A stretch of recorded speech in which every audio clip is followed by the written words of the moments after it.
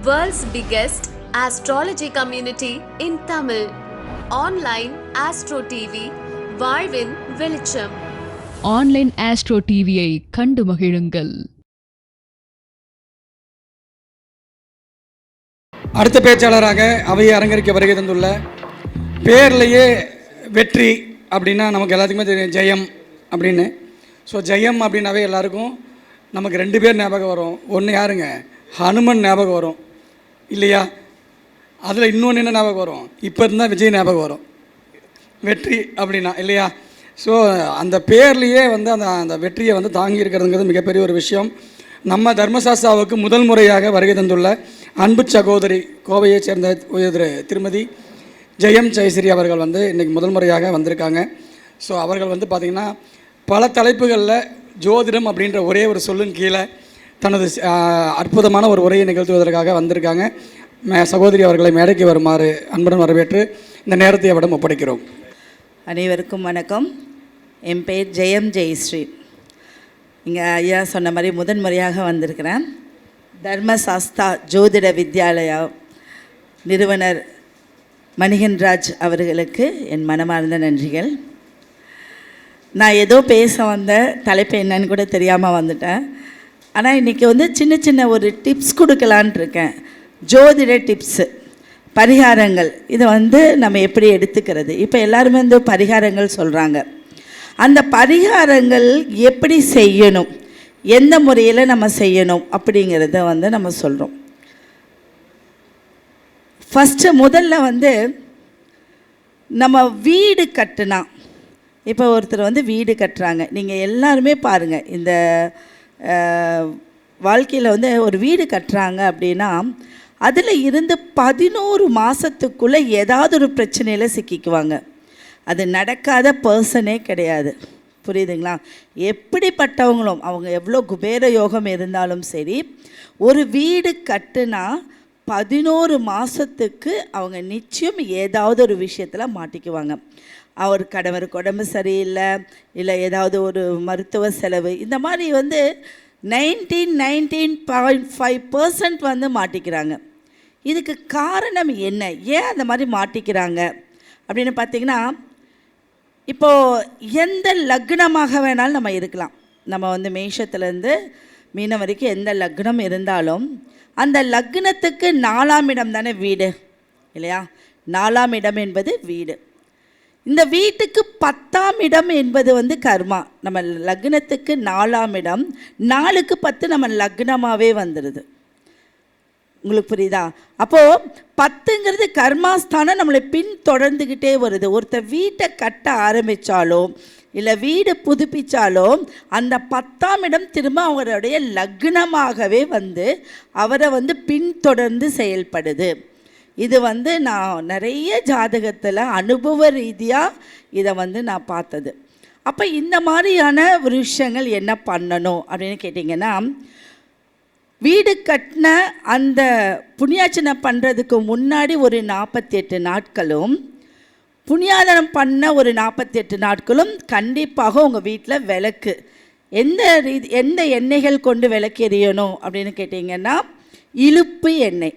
இலுப்பெண்ணெய் வந்து அந்த 48 நாட்கள் முன்பு நீங்கள் பண்ணும்போது என்ன அப்படின்னா, எந்த தோஷமும் அந்த வீட்டுக்குள்ளே வராது.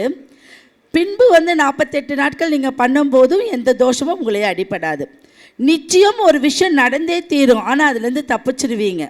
அதில் எந்த மாற்றமே கிடையாது. இப்போ விழுவாங்க, ஆனால் அதுலேருந்து தப்பிச்சிட்டேன்னு சொல்லுவாங்களே ஒழிய பெரிய விஷயமாக அவங்க பாதிக்கப்பட மாட்டாங்க.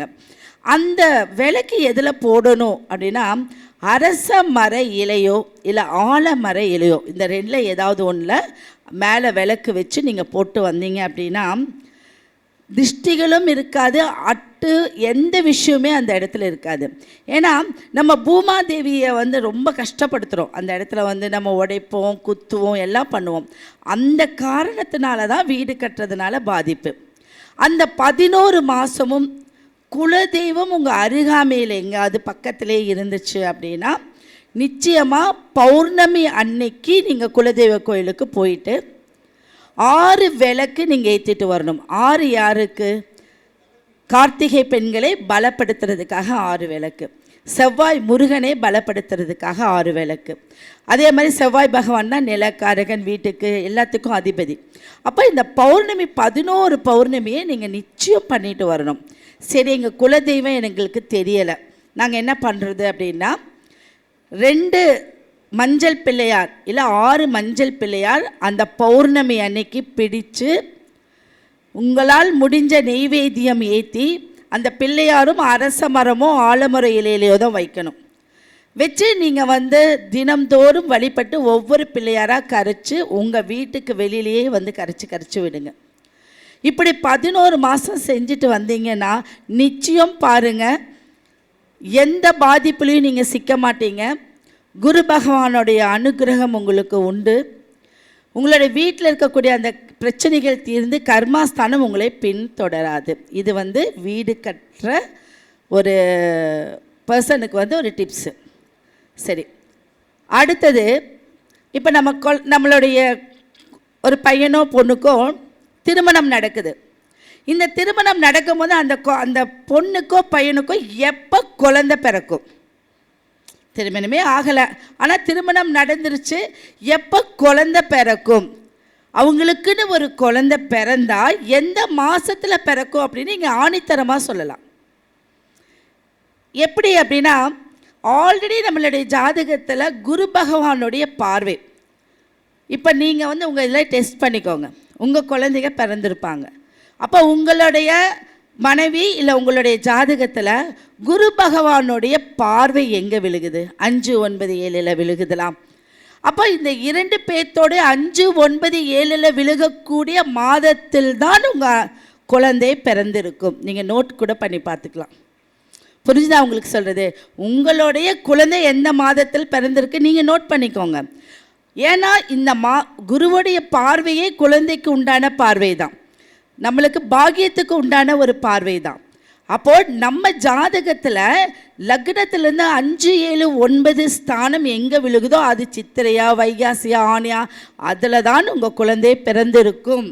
அது ஒன்றா ஆண் ஜாதகத்தில் எடுத்துக்கோங்க, இல்லாட்டி கணவனோ இல்லை மனைவி ஜாதகத்தில் எடுத்து பார்த்தீங்கன்னா இது நிச்சயம் உங்களுக்கு சக்ஸஸ் கொடுத்து நீங்கள் சொல்லலாம், இந்த மாதத்தில் தான் குழந்தை பிறக்கும் அப்படின்னு சொல்லலாம். அடுத்ததாக பார்த்தீங்கன்னா, நம்ம இப்போ வியாபாரம் பண்ணுறோம். வியாபாரம் பண்ணுறோம். இந்த வியாபாரத்தில் மக்கள் கூட்டத்தை நம்ம வரவழைக்கக்கூடிய ஒரு முறை. நிறைய இன்வெஸ்ட் பண்ணியிருப்போம். இப்போ நம்ம ஜாதகத்தில் நிறையா விஷயங்கள் என்ன பண்ணியிருக்காங்க அப்படின்னா, இன்வெஸ்ட் பண்ணிட்டோம், ஆட்கள் வரலை, எனக்கு இந்த தசா காலங்களில் போட்டால் நல்லா இருக்குன்னு சொல்கிறாங்க, ஆனால் நல்லா இல்லாமல் போயிடுச்சு, இதெல்லாமே சொல்கிறோம். எப்பவுமே பரிகாரம்னா என்ன தெரியுங்களா? ஒரு விஷயத்தை ஆத்மார்த்தமாக ஒரு விஷயம் நம்ம நம்பிக்கையோடு நம்ம செய்கிறது தான் பரிகாரம். அது எதை மூலியமாக செய்யணும் அப்படின்னா, மூலிகைகளை நீங்கள் மேற்கொண்டீங்க அப்படின்னா, மூலிகைகள், வேர்கள், நம்ம மரங்கள், இதை வச்சு நீங்கள் பரிகாரங்கள்லாம் ஸ்டார்ட் பண்ணிங்கன்னா சீக்கிரமாக உங்களுக்கு சக்ஸஸ் கொடுக்கும். ஏன்னா அவங்களுக்கு தண்ணி ஊற்றிட்டு வந்தால் அதோட வளர்ச்சியாகவே வந்துக்கிட்டு இருப்பாங்க. நம்ம அடுத்தது நம்ம தாந்திரிகமாக தகுடு எழுதுறது மற்றதெல்லாமே வேறு. அப்போ நீங்கள் ஒரு வியாபாரம் செய்யக்கூடிய ஒரு இடத்துல மக்கள் கூட்டத்தை வர வைக்கக்கூடிய ஒரு முறை. அதுக்கு 2 விதம் இருக்குது. ஒன்று ஒரு மரத்தை பார்த்தீங்கன்னா அதில் நிறைய பறவைகள் கூடியிருக்கும், பார்த்துருப்பீங்க. ஏதாவது ஒரு மரத்தில் தான் அவ்வளோ பறவைகள் இருக்கும். காக்கா, குருவி கிச் கிச் கிச் கிச்சுன்னு இருந்துக்கிட்டே இருக்கும், பார்த்துருப்பீங்க. அப்போது அவங்கள பலதரப்பட்ட இனங்கள், ஒரே இனமாக இருக்காது இல்லையா? அப்போ அந்த மரத்தில் இருக்கக்கூடிய சிறு சிறு குச்சிகள் 11 குச்சிகள் எடுத்து நெருக்கமாக ஒன்றாக கட்டி உங்களுடைய பணம் வைக்கக்கூடிய இடத்துலையோ இல்லை பூஜை ரூம்லேயே வச்சு நீங்கள் பூஜை பண்ணிட்டு வரும்போது எங்கெங்கேயோ இருந்து மக்கள் உங்களை தேடி வருவாங்க. இது என்னுடைய கஸ்டமர்ஸ்க்கெலாம் நான் கொடுத்த பரிகாரங்கள்னு சொல்லலாம். அடுத்தது அப்படியே ஒரு இதாக சொன்னீங்க அப்படின்னா, அரச மரம், ஆலமரம், வேப்ப மரம், எலும்பிச்சை மரம், வசம்பு, இந்த 5 மரத்துடைய குச்சியும் ஒன்றா சேர்த்து நீங்கள் வச்சுக்கிட்டாலும் சிறப்பான ஒரு விஷயம். இந்த அரச மரத்துக்கும் ஆலமரத்துக்கும் ஒரு விஷயம் இருக்குது. அரசனை போல் வாழணும் அப்படின்னா அரச மரத்தை பயன்படுத்துங்க. ஒரு ஆழமான விஷயத்தை நம்ம சாதிக்கணும்னா ஆலமரத்தை பயன்படுத்துங்க. இந்த 2 மரத்துக்கு அடியில் தான் நம்ம கிரேக்கியர்கள் ரோமானியர்களை நிறைய வணிகம் செஞ்சாங்க. கட்ட பஞ்சாயத்து, மருத்துவம், வியாபாரம், தங்கம், வெள்ளி எல்லாமே அந்த இடத்துல தான் இருந்தது தானே. நம்ம இப்போ தான் நம்மளாம் பிரித்து வந்திருக்கோம். அப்போ அந்த மரத்தில் மட்டும்தான் திட்டு கட்டி அந்த காலத்தில் இலைப்பாடுறதுக்கு உண்டு பண்ணியிருப்பாங்க. இப்போ ஒரு புளிய மரத்துலையோ அந்த மாதிரி பண்ணியிருக்கவே மாட்டாங்க. நான் சொன்ன இந்த 4 மரத்தில் மட்டும்தான் பண்ணியிருப்பாங்க. ஏன்னா அங்கே இருக்கும்போது நல்ல வைப்ரேஷன், நம்மளுடைய வாழ்க்கைக்கு தேவையான வைப்ரேஷன்கள் நிறையா உண்டு அப்படிங்கிற மாதிரி. அப்போ இந்த 4 மரத்துடைய குச்சிகளை நீங்கள் ஒன்றா எடுத்துகிட்டு வந்து உங்களுடைய வியாபார ஸ்தலத்தில் வச்சு பாருங்கள், நிச்சயமாக உங்களுடைய வியாபாரங்கள் நன்றாக ஓடும். அதுவும் உணவு சம்பந்தப்பட்ட வியாபாரங்கள் ஏதாவது இருந்தால், நம்ம ஃபுட்டு சம்மந்தப்பட்டது இருந்துச்சுன்னா நிச்சயம் ரொம்ப நல்லா ஓடும். இதே தங்கம் நம்ம கொள்முதல் அதிகமாக போடுவது, இதில் கொள்முதல் போடுவோம், வெள்ளி, தங்கம், இதில் அதிகமான ஒரு கொள்முதல் போட்டு வியாபாரம் பண்ணுறவங்க, இரும்பு சம்மந்தப்பட்ட வியாபாரம் பண்ணுறவங்க, அழகு கலை சம்மந்தப்பட்ட வியாபாரம் பண்ணுறவங்கெல்லாம் மூங்கில் மரம் இருக்கு இல்லையா, மூங்கில் மரம். இந்த மூங்கிலில் ஒரு புல்லாங்குழல் செஞ்சு எல்லார் வீட்லேயும் வச்சுக்கிறது ரொம்ப சிறப்புன்னு சொல்லியிருக்காங்க. நீங்கள் பார்த்தா தெரியும். ஏன் அப்படின்னா அந்த மூங்கில் மரம் அழிவில்லாத ஒரு பொருள். அது தன்னை இழக்கும் போது, அதை பெரிய லெவலில் 100 வருஷம் வாழ்ந்து இழக்கும் போது நிறைய அரிசிகளை கொடுத்து அது மடியுமா. அப்போ அது ஏன் அப்படின்னா ஒரு பொருளை உண்டாக்கிட்டு தான் அது மடியுது. அந்த அரிசிக்கு எவ்வளோ வேல்யூ தெரியுமா? நம்ம உடம்புல இருக்கக்கூடிய அத்தனை ஹார்மோன்ஸையும் சரி பண்ணக்கூடிய ஒரே அரிசி மூங்கல் அரிசி மட்டும்தான். அத்தனை ஹார்மோன்ஸும், ஹார்மோன் சேஞ்சஸில் வெள்ளைப்படுதுன்னு சொல்லுவாங்க, வெள்ளைப்படுதல் இருக்குதுன்னு சொல்லுவாங்க. நிறைய விஷயங்கள் அந்த ஒரு அரிசியில் இருக்குது. அந்த மூங்கில் செடியை சின்னதாக உங்களுடைய கடைக்கு முன்போ, நான் சொல்லக்கூடிய பெரிய அளவில் கொள்முதல் போட்டு வியாபாரம் பண்ணுறவங்க கடைக்கு முன்னாடி நீங்கள் வைக்கும்போது உண்மையாகவே சிறப்பான ஒரு லைஃப்பை நீங்கள் அனுபவிக்கலாம். வாடிக்கையாளர்கள் அதிகமாக வரக்கூடிய ஒரு அமைப்பு உங்களுடைய ஜாதகத்தில் உண்டு. இப்போது இது பரிகாரங்கள் அப்படின்னா நம்ம நிறைய விஷயங்கள் நம்ம சொல்லிக்கிட்டே போகலாம். அதில் இப்போ ஒரு ஜாதகர் வராங்க. இப்போ இந்த ஜாதகத்தில் இது ஜோதிடமாக கொண்டு வரும்போது என்ன அப்படின்னா, அஷ்டவர்க்கம் அப்படின்னா நிறைய விஷயங்கள் இருக்குது. அஷ்டவர்க்கம் அப்படின்னா அதில் நிறைய கான்செப்ட் இருக்குது. ஆனால் அதில் சின்னதாக ஒரு எல்லாத்துக்கும் புரியும்படியான ஒரு கான்செப்ட் அப்படின்னு கேட்டிங்கன்னா, இப்போ ஒருத்தர் வீடு கட்டலாமா அப்படின்னு கேட்க வந்திருக்காரு. அவருக்கு சுக்கிர தசை அமோகமாக இருக்குது வச்சுக்கோங்க. ஆனால் அவரால் முயற்சி பண்ணி வீடு கட்ட முடியல. நீங்கள் சொல்கிறது அவருக்கு பலிக்கலை. சுக்கிர தசை நல்லா இருக்குது, குரு பார்வை இருக்குது, ஆனால் என்னால் ஒரு வீடு கட்ட முடியல, இடம் வாங்க முடியல. இது ஏன் அப்படின்னு பார்த்தீங்கன்னா, உங்கள் ஜாதக கட்டத்தில் நீங்களே எடுத்து பாருங்கள். அஷ்டவர்க்க சக்கரம்னு ஒன்று இருக்குது, பார்த்துருக்கீங்களே எல்லாரும். அந்த அஷ்டவர்க்க சக்கரத்தில் ஒவ்வொரு பரல்கள் இருக்குது. நம்மளுக்கு ஒவ்வொரு பரல்கள் இருக்குது. அது எவ்வளோ பரல்கள் இருக்குது அப்படின்னு நம்மளுடைய பாக்கியத்தை பொறுத்து அங்கே இருக்குதுன்னு வச்சுக்கோங்க. இப்போ நான் சொல்கிறது 4ஆம் இடம். இந்த 4ஆம் இடத்துக்கு வண்டி, வாகனம், வீடு அமைப்பு நம்மளுக்கு வேணுமா? அப்போ நீங்கள் என்ன பார்க்கணும் அப்படின்னா, எல்லோரும் அந்த 4ஆம் இடத்து பரல்கள் மட்டும் பார்ப்பாங்க.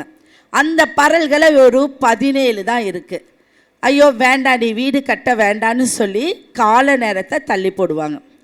அதே ஒரு பரலை பார்த்திங்கன்னா 37 இருக்கும், நீ சூப்பராக பண்ணுன்னு சொல்லுவாங்க.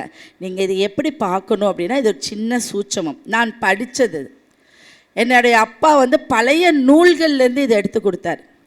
3ஆம் இடமும் 5ஆம் இடமும் ஒரு பொருள் அசையாமல் இருக்க, ஸ்ட்ராங்காக இருக்கணும்னா என்ன வேணும்? 2 பக்கம் சப்போர்ட் வேணும். வேணுமா வேண்டாமா?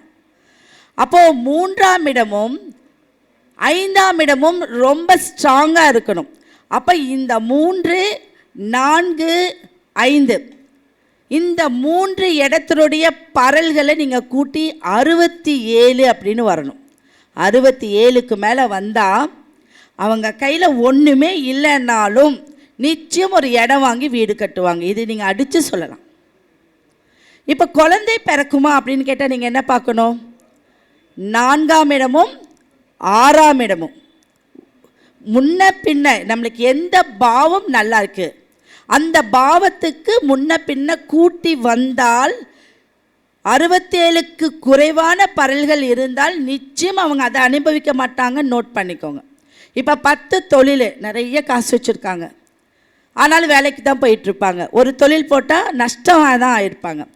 10ஆம் இடத்துல நல்ல பரல்கள் இருக்குது, நீங்கள் வேலை செய்யுன்னு சொல்லியிருப்போம். இல்லை 10ஆம் அதிபதி பலமாக இருக்குது, வேலை செய்யுன்னு சொல்லியிருப்போம். ஒரு அஷ்டவர்க்கத்தை பார்த்து அத்தனை விஷயங்களும் சொல்லிடலாம் அப்படின்னு சொல்லியிருக்கு. அப்போது இந்த 10ஆம் அதிபதிக்கு 9, 11 ஸ்தானங்கள் நன்றாக இருந்தால் மட்டுமே தொழில் செய்ய முடியும். நல்ல ஒரு வேலையில் இருக்கிறதுக்கு நல்ல ஒரு வாய்ப்புகள் உண்டு. இது எல்லாமே அஷ்டவர்க்கத்துடைய சூட்சமாங்க. அப்போ ஒவ்வொரு விஷயத்தையும் நம்ம என்ன பண்ணணும், இதன் மூலியமாக நம்ம எடுத்துக்கிட்டே போகணும். அப்போ இந்த மூலியமாக எடுத்துகிட்டு போகும்போது என்ன நடக்கும், நம்மளுக்கு ஈஸியாக ஒரு விஷயத்தை நம்ம கன்வே பண்ணிடலாம். அவங்களுக்கு இதெல்லாம் நடக்கும் அப்படிங்கிறத ஈஸியாக சொல்லிடலாம். இப்போ ஒரு ஜாதகத்தில் ஒரு லக்னம், இப்போ எந்த லக்னம் மேஷத்துலேருந்து மீனம் வரைக்கும் எந்த லக்னமானாலும் இருக்கலாம். இந்த லக்னத்துக்கு 1, 5, 9ங்கிறது குரு பார்வைன்னு சொல்கிறாங்க. கேந்திரம் 1, 4, 7, 10 கேந்திரம். இப்போ இதில் ஒரு ஜாதகருக்கு ஒரு கிரகங்கள் இருந்தால் எப்பேற்பட்ட அமைப்புலையும் மேலே வந்துடுவாங்க. இதுதானே ஒரு கணக்கு. எந்த அமைப்பு இருந்தாலும் நம்ம மேலே வரக்கூடிய ஒரு அமைப்பு இருக்குது. அதே பார்த்திங்கன்னா அந்த கிரகம் 1, 5, 9, 7 இருக்கக்கூடிய ஒரு கிரகம் வலிமையாக இருக்கா வலிமையாக இல்லையா இதெல்லாம் நீங்கள் பார்க்க வேண்டாம். எப்படி மேலே வந்துடும் அப்படின்னு சொல்கிறாங்க அப்படின்னா, 5ங்கிறது குழந்தை ஸ்தானம், பாக்கியஸ்தானம். 9ங்கிறதும் பாக்கியம். இந்த பாக்கியம் பெறக்கூடிய ஒரு அமைப்பு உங்கள் குலதெய்வம். அதனால தான் 5ங்கிற இடத்துல குலதெய்வத்தை கொண்டு வந்து வச்சுருக்கோம், 9ங்கிறது பாக்கியத்தை கொண்டு வந்து வச்சுருக்கோம். அப்போ ஒருவர் குலதெய்வத்தை அழகான முறையில் நம்ம வழிபட்டு வந்தோம்னா எந்த கட்டங்கள் ஆனாலும் நம்ம ஜெயிக்கக்கூடிய ஒரு அமைப்பு இந்த கிரகங்கள் நம்மளுக்கு கொடுத்துரும். குலதெய்வத்தை நம்ம எப்படி வீட்டுக்கு வரவழைக்கிறது? குலதெய்வம் விழுந்து விழுந்து கும்பிட்டாலும் அதன் அனுகிரகம் நம்மளுக்கு கிடைக்கிறது இல்லை. நான் டெய்லி போகிறேங்க, மாதம் மாதம் போகிறேன், ஆனால் எனக்கு பிரச்சனைகள் இருக்குது. ஒருத்தர் போகிறதே இல்லை, ஆனால் பிரச்சனைகள் இல்லாத வாழ்க்கை வாழ்கிறாங்க. அப்போ இந்த குலதெய்வம் நம்மளுக்கு எப்படி சப்போர்ட் பண்ணும் அப்படின்னு கேட்டிங்கன்னா, இந்த மருத்துவ ஜோதிடத்தில் சொல்லுவாங்க, இன்றைக்கி செய்த பலன் நாளைக்கு அனுபவிக்கிற. அதில் ஒரு சார்ட்டே இருக்குது. இன்றைக்கி அப்பா செய்த ஒரு பலனோ ஒரு அனுபவத்தையோ தன் மகன் அனுபவிக்கிறது இல்லை, 3 தலைமுறைக்கு முன்பு ஒருவர் செய்த வினை தான் இந்த காலகட்டத்தில் அனுபவிப்போம். அப்போ அந்த சார்ட்டில் 3 தலைமுறை தான் நம்ம சுட்டி காட்டுது. அப்போ ஒரு குலதெய்வத்தை நம்ம எப்படி வீட்டுக்கு வரவழைக்கிறது அப்படிங்கிறத நான் இது ஒரு 2வது இடத்துல மீட்டிங்கில் நான் சொல்லியிருக்கேன். இது ஒரு அற்புதமான ஒரு சான்ஸ்கிரிட்டில் எழுதப்பட்டது, ஒரு சம்ஸ்கிருத மொழியில் இது எழுதப்பட்ட ஒரு பரிகாரம். நம்ம வீட்டில் பார்த்திங்கன்னா பௌர்ணமி எப்போ முழு நிலவு பௌர்ணமியோ அந்த ஏர்லி மார்னிங் சூரியன் உதிக்கிறதுக்கு முன்பு ஏர்லி மார்னிங் ஒரு தலவாழை இலை எடுத்துக்கோங்க. அதில் 7 விளக்கு ஏற்றி 7 மஞ்சள் பிள்ளையார் பிடித்துக்கோங்க. அடுத்தது பார்த்திங்க அப்படின்னா உங்களுடைய குலதெய்வ படமாகவோ இல்லை குலதெய்வத்தை நினச்சி ஒரு பிள்ளையாரோ பிடிச்சிக்கிட்டீங்க போதும். பச்சை வளையல் 1 டசன், சிகப்பு வளையல் 1 டசன், விரலி மஞ்சள், இதெல்லாமே 7, 9 எண்ணிக்கையில் ஒரு தட்டில் வச்சுக்கோங்க. உங்கள் நிலவாசப்படிக்கு வெளியில் இருந்து வெற்றிலை நம்ம உள்ள நோக்கி, அதோடைய காம்பு நம்மளை உள்நோக்கி வர மாதிரி, அந்த உள்நோக்கி வர மாதிரி காம்பை வச்சுட்டு அந்த வெத்தலையை 2 வெத்தலையாக நீங்கள் உங்களுடைய சாமி பூஜை ரூம் வரைக்கும் நீங்கள் அடிக்கடிக்கு நம்ம எப்படி கிருஷ்ணர் பாதம் போடுவோம் அந்த மாதிரி நீங்கள் போட்டுட்டு வரணும். அந்த வெத்தலைக்கு மேலே ஒரு அகல் விளக்கு வைத்து அதில் பச்சரிசி வைத்து அதில் பச்சை கற்பூரமோ இல்லை கெட்டி கற்பூரமோ வச்சுட்டு வாங்க. இது எப்போ செய்யணும் அப்படின்னா 5:30 மணிக்குள் முடிக்க வேணும். 5:30 மணிக்கு மேலே நம்ம நடக்கவே கூடாது. வீட்டு இருக்கிற அனைத்து மெம்பர்ஸும் என்ன பண்ணணும், எந்திரிச்சு குளிச்சுட்டு அந்த விளக்கில் இருக்கக்கூடிய அந்த கற்பூரத்தை நீங்கள் பற்ற வச்சுட்டு வரணும். பற்ற வச்சுட்டு வந்துட்டு ஒரு 20 நிமிஷம் கண்ணை திறக்காமல் மூடி உட்காந்து பாருங்கள். இதை செஞ்சு கமெண்ட் பண்ணாலும் ஓகே தான். உங்களுடைய குலதெய்வம் உங்கள் வீட்டுக்குள்ளே வந்துருச்சுங்கிறதுக்கு நிறைய அறிகுறிகள் உங்களுக்கு தெரியும். ஏதாவது ஒரு பறவை சத்தம் வந்துக்கிட்டே இருக்கும், இல்லை ஏதாவது ஒரு பறவை உங்களுக்கு வரும். உங்கள் மன ரீதியாகவே நிறைய மாற்றங்கள் உண்டு பண்ணும். அப்போ இந்த குலதெய்வத்தை வர வைக்கக்கூடிய ஒரு அற்புதமான ஒரு பரிகாரம் இதுதான் நான் 2வது இடத்துல சொல்கிறது. இது வந்து இங்கேருந்து வெளிநாட்டிலே செஞ்சுருக்காங்க. இங்கே எனக்கு உட்காந்து வெளிநாட்டில் செஞ்சுருக்காங்க. நிறைய விஷயங்கள் அதில் அற்புதம் நடக்கும். இப்படி 3 பௌர்ணமியை நீங்கள் முடிச்சிட்டிங்கன்னா 27 தலைமுறை செய்த பாபங்கள் நம்மளுக்கு நிவர்த்தி ஆகிடும். செம்மையான ஒரு விஷயம். குலதெய்வத்தை நம்ம வீட்டுக்கு வர வைக்கிறது எப்படி? அப்போ இந்த பாபங்கள் நிவர்த்தி ஆனாவே அடுத்தடுத்து கட்டங்கள். இன்றைக்கி பார்த்திங்கன்னா 3வது இன்றைக்கி ஒருத்தருக்கு வாதம் வந்திருக்கு, குழந்தையே இல்லை, திருமணமே ஆகலை. இப்படி இருக்கா? உங்களுடைய முன்னத்து ஜென்ரேஷனில் அது கிடையவே கிடையாது. நீங்கள் யாராவது ஜாதகம் பார்த்தீங்கன்னா கேளுங்க. ஒரு அப்பா வராரு, என் பையனுக்கு கல்யாணம் நடக்கல, என் பொண்ணுக்கு குழந்தை கிடைக்கல, என்னோட ஒரு குழந்தை பிறந்து இறந்துருச்சு, இப்படி இருக்காங்க. நீங்கள் உடனே ஜாதகத்தில் வந்து உன்னுடைய தாத்தாவுக்கு அப்படி இருக்கான்னு கேட்கவே கூடாது. எப்போ கேட்கணும்?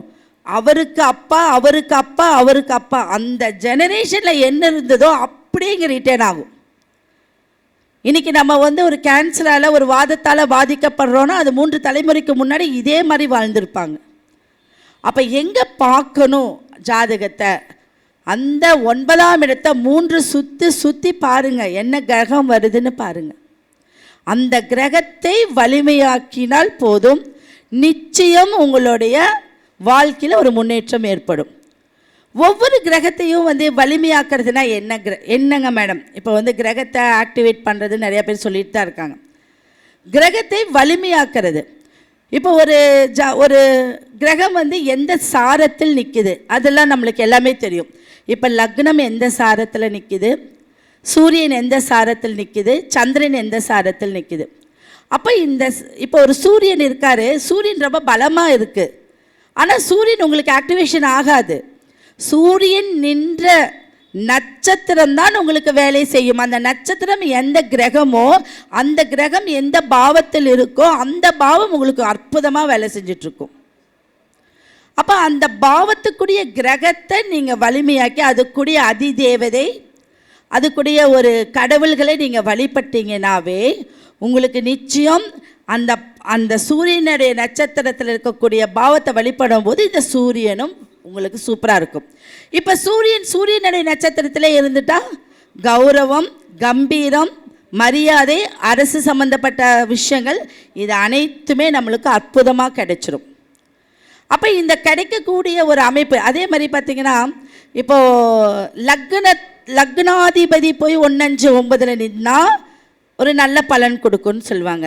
அதே இந்து லக்னத்துக்கு அதிபதி, இந்து லக்னம் வந்து பார்த்திங்கன்னா லக்னத்திலேருந்து 9 சந்திரன்லேருந்து 9 கூட்டி 2ஆல் வகுத்தால் நம்மளுக்கு ஒரு எண்கள் கிடைக்கும். அதையை வந்து நம்ம போடும்போது அந்த இந்து லக்னமாக நம்ம முதலெல்லாம் பழைய கால ஜாதகத்தில் பார்த்திங்கன்னா லக்னமே இருக்காது, ஈன் போட்டு லக்னம் தான் போட்டிருப்பாங்க. அதுதான் உண்மையான விஷயம். அப்போ அந்த லக்னத்தில் என்ன கிரகங்கள் இருக்குதுன்னு பாருங்கள். கிரகங்கள் இல்லைன்னா பெரிய லெவலுக்கு வலிமை இல்லை. ஒரு கிரகங்கள் இருக்கணும். அதில் சூரியன் இருந்தால் கௌரவம் கிடைக்கும், அந்தஸ்து கிடைக்கும், ஈஸியாக அரசாங்க வேலையில் மூவ் பண்ணலாம்.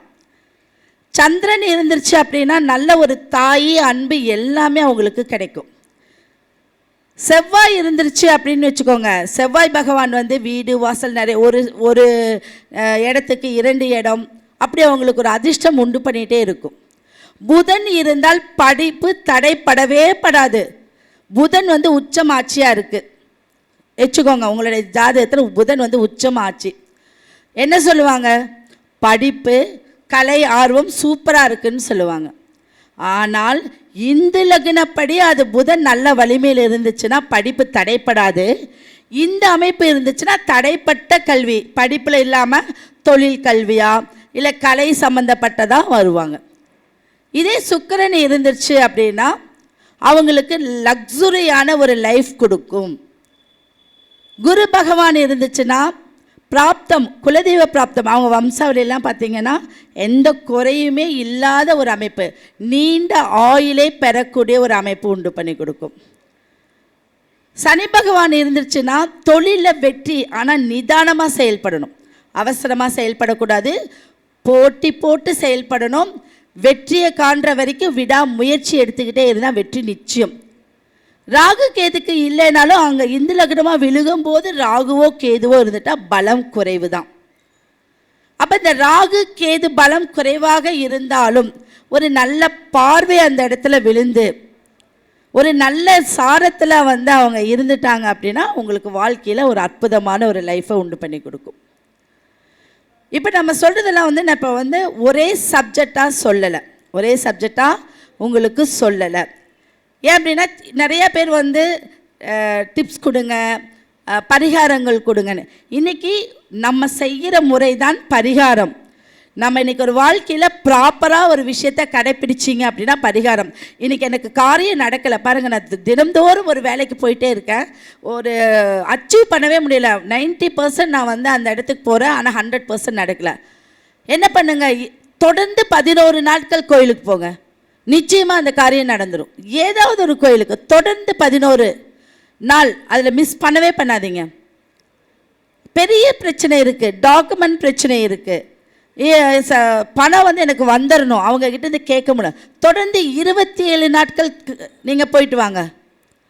27வது நாட்கள் அவங்களுக்கு ஒரு வழி பிறக்கும், தொடர் செயல் அப்படின்னு சொல்லுவாங்க. அதனால தான் அந்தந்த காலத்தில் வந்து பக்கத்துலேயே காவல் தெய்வம்னு வச்சாங்க. எல்லாரோடைய இடத்துலையும் காவல் தெய்வங்கள் அதிகமாக இருக்குது. இதுக்கு காரணம் என்ன அப்படின்னா தொடர்ச்சியான செயல்பாடு ரொம்ப முக்கியம். இதெல்லாம் செஞ்சு பார்த்துட்டு நீங்கள் ஒரு விஷயம் பண்ணுங்கள். உங்கள் வீட்டுக்கு பக்கத்தால் அரச மரமோ இல்லை வேப்ப மரமோ இப்படி இருந்துச்சுன்னு வச்சுக்கோங்க, 48 நாட்கள் யாராவதுக்கு திருமணம் ஆகலை, வேலை கிடைக்கல, எந்த பிரச்சனையாக இருந்தாலும் சரி, தொடர்ச்சியாக அதுக்கு திருமஞ்சனம் கலந்து நீங்கள் தண்ணி ஊற்றிட்டு வாங்க. ஒரு செடிக்கு தண்ணி ஊற்றிட்டு வந்தால் என்ன நடக்கும்? அது வளர்ச்சியாகும், குளுமையாகும். அதோடைய வளர்ச்சி நம்மளுடைய வளர்ச்சி, இவ்வளோ தான் விஷயம். அப்போ அந்த வளர்ச்சி நம்மளுக்கு நம்ம தானே ஊற்றுறோம். அப்போ மஞ்சள் என்பது குரு பகவான், தண்ணி என்பது சந்திரன், குரு சந்திர யோகம் ஆயிடுச்சா? அப்போ மரம் ஸ்ட்ராங் ஆகுது, வேர்கள்லேருந்து பிடிக்குது. அப்போ வேர்கள் வந்து புதன் பகவான். அப்போ உங்களுக்கு செயல்பாடு ஈஸியாக கிடைச்சிடும், நம்ம அங்கங்கே போயிட்டே இருக்க வேண்டாம். இந்த மாதிரி நிறைய பரிகாரங்களை நம்ம செஞ்சுட்டு வந்து சிறப்பான ஒரு விஷயம். இப்போ லாஸ்ட்டாக நான் இதோட என்னோடய உரையை முடிச்சுக்கிறேன். லாஸ்ட்டாக பார்த்தீங்கன்னா ஒரு தாந்திரீகம், முழுமையான ஒரு தாந்திரிகம், இதை மாந்திரிகமாகவும் எடுத்துக்கலாம். அனைத்து ஜோதிடர்களுக்கும் வாக்கு பலன் எப்படி கொடுப்பது, நம்ம வாக்கு நம்ம சொன்னால் நல்ல விஷயங்களை பலிக்கணும், இவ்வளோதான். அப்போ இந்த நல்ல விஷயங்கள் பலிக்கிறதுக்கு ஒரு சிறப்பான விஷயம், இதை வந்து நிச்சயமாக வந்து நீங்கள் நோட் பண்ணிட்டா நல்ல விஷயந்தான். நம்மளுக்கு எல்லாத்துக்குமே நாயுருவி வேறு தெரியும் இல்லையா? செந்நாயுருவி வேறு, பச்சை நாயுருவி, 2 இருக்குது. நீங்கள் ஓலைச்சுவடின்னு போய் பாருங்கள், பழங்காலத்து ஓலைச்சுவடியில் இந்த செந்நாயுருவி பச்சை நாயுருவி வேரை பற்றி சிறப்பான விஷயங்கள் சொல்லியிருப்பாங்க. அதில் சித்தர்கள் என்ன பண்ணியிருக்காங்க, இப்போ சித்தர்கள் சொல்கிறதெல்லாம் பலிக்குதுன்னு சொல்கிறாங்கல்ல, இந்த நாயுருவி வேரோட பிடுங்கிக்கோங்க, அதை 48 பீஸாக நல்லா கழுகிக்கோங்க. அந்த வேர்லேருந்து குச்சி ஸ்டிக் மட்டும் நம்மளுக்கு போதும். சின்னதாக 48 பீஸ் கட் பண்ணிக்கோங்க. இந்த 48 பீஸை ஓரத்தில் நம்ம சுண்ணாம்பு அடிக்கிறப்போ கொத்துவாங்க இல்லையா, இந்த கட்டையை வந்து இது பண்ண, அந்த மாதிரி கொஞ்சம் தட்டிக்கோங்க. தட்டிட்டு காலையில் எந்திரிச்சோன்னே ஒரே ஒரு 2-3 செகண்ட்ஸு நீங்கள் அதை வந்து சும்மா ப்ரஷ் பண்ணுற மாதிரி உங்கள் வாயில் ப்ரஷ் பண்ணுங்கள். ப்ரஷ் பண்ணிவிட்டு அப்படியே வச்சுடுங்க. இப்படி 48 குச்சியும் ப்ரஷ் பண்ணி வச்சுக்கோங்க. அந்த 48வது நாட்கள் பச்சை கற்பூரத்தால் மட்டும் அதை எரிச்சிடுங்க. எரித்து சாம்பலாக்கி நெய் விட்டு தினந்தோறும் அந்த மையை வச்சுட்டு போங்க. சக்ஸஸ் இல்லாத காரியங்கள் அனைத்தும் 100% சக்ஸஸ் ஆகிடும். இது ஓலைச்சுவடியில் பழங்கால நூல்களில் இருக்குது. அப்போ இந்த பரிகாரங்களை இன்றைக்கி சொல்கிறதுக்கு இல்லை. அப்போ வாக்கு பலன் நல்லது மட்டும்தான் சொல்லணும். ஒருத்தர் என்னை அடுத்தவங்களோட சேர்த்து வைனா சேர்த்து வைக்கக்கூடாது, இவனை அழிக்கணும்னு அழிக்கக்கூடாது. அந்த மாதிரி தாந்திரிகம் மாந்திரிகம் போயிடாதீங்க. திருப்பி ஒரே வருஷத்தில் திருப்பி அடிச்சிடும். ஐயா அவன் நல்லா இருக்கான், அவனை நான் அழிச்சிடணும், அவனுக்கு கைகால் வரக்கூடாதுன்னு எத்தனை பேர் நம்மளே பார்த்துருக்கோம். நிறையா பேர் நம்மக்கிட்ட கேட்குறது. அந்த மாதிரி எந்த விஷயத்தையும் செய்யவே கூடாது. இது முக்கியமான ஒரு வாக்கு பலனுக்கு உண்டான ஒரு அமைப்பு. குலதெய்வம் கட்டு போட்டிருக்கு. ஜோசியர்கிட்ட போவீங்க, குலதெய்வம் இல்லைப்பா, உனக்கு யாரோ ஏதோ செய்வனை செஞ்சு வச்சுருக்குறாங்க, அது கட்டு விழுந்துருச்சு, கட்டு அவிழ்க்கணும், இதுக்கு என்னென்னமோ பண்ணணும்பாங்க. சிம்பிளாக உங்கள் பக்கத்தில் வீட்டுக்கு பக்கத்தில் இருக்கக்கூடிய குப்பைமேனி செடி, குப்பைமேனி செடி தெரியும் எல்லாத்துக்கும். அந்த குப்பைமேனி செடியை ஒன்று சக்தி ஒன்று சிவன் எடுத்துக்கோங்க. 2 குப்பைமேனி செடிக்கு அந்த சுற்றியும் குழி தோண்டி 3 நாட்கள் தண்ணி ஊற்றி காப்பு கட்டணும். நூல் சுற்றி காப்பு கட்டணும். காப்பு கட்டி அந்த வேரை அறுபறாமல் எடுக்கணும். ஒரு நீங்கள் குச்சியை மட்டும்தான் பயன்படுத்தணும். அந்த நுனியில் விபூதி வச்சுக்கோங்க. அவ்வளோதான், சிம்பிளான விஷயம். நுனியில் விபூதி வச்சுக்கிட்டு இந்த கையால் அதை வேறு அப்படியே எடுக்கணும். ஏன்னா 3 நாள் நம்ம அதை இலகி வச்சுருக்கோம். ஓம் மூலி, மகாமூலி, மந்திரமூலி, மாயமூலி, சர்வமூலி, உன் உயிர் உன் உடலில் நிற்க ஸ்வாக. புரியுதா உங்களுக்கு சொல்கிறது? ஓம் மூலி, மகாமூலி, மந்திரமூலி, மாயமூலி, சர்வமூலி. மூலினா மூலிகை. உன் உயிர் உன் உடலில் நிற்க ஸ்வாகன்னு அந்த விபூதியை பிடிச்சிக்கோங்க. அதே உயிரோடைய அந்த செடி இருக்கும். அதை பிடுங்கி பால் பன்னீர் தண்ணியில் கழுகி உங்களுடைய பூஜை அறையில் வச்சுக்கோங்க. எந்த கட்டு யார் என்ன செய்தாலும் உங்கள் வீட்டுக்குள்ளே வராது. உங்களுக்கு இதெல்லாம் பிடிச்சிருக்கா இல்லையான்னு எனக்கு தெரியல. நிறைய டிப்ஸுகள் நான் உங்களுக்கு ஒரு மூலிகை ரீதியான விஷயங்களும் இதெல்லாம் அற்புதமாக இருக்கும், செஞ்சு பாருங்கள். எனக்கு இந்த பேசுறதுக்கு வாய்ப்பளித்த மணிகண்ராஜ் சாருக்கு ரொம்ப நன்றிகள். அடுத்த முறையில் நாம் பேசுறதுக்கு வாய்ப்பு கிடைத்தால் நிச்சயம் அடுத்த டாப்பிக்கில் பேசுவோம். நன்றி. என்னுடைய ஃபோன் நம்பர், நான் கோவையிலேருந்து வந்திருக்கேன், கோயம்புத்தூர். என்னுடைய ஃபோன் நம்பர் 9944555797. ஓகே, நன்றி.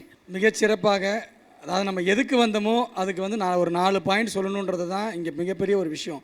இங்கே இத்தனை பேர் கூடியிருக்கீங்க அப்படின்னா அதுக்கு பார்த்திங்கன்னா ஏதாவது ஒரு 4 ஜோதிட விஷயங்கள் எங்களுக்கு கிடைக்காதா அப்படின்ற விஷயங்கள் தான். ஸோ தாந்திரிக ரீதியாக இன்றைக்கி அற்புதமான ஒரு பலன்களை வாரி கொடுத்துருக்காங்கன்னு தான் சொல்லணும். அவங்களுக்கு நம்ம தர்மசாஸ்திரா சார்பாக பார்த்திங்க அப்படின்னா இப்போ ஒரு ஏவி ரெடி பண்ணியிருக்கோம். உங்கள் மின் அதை போடுறதுல பெருமைப்படுறோம்.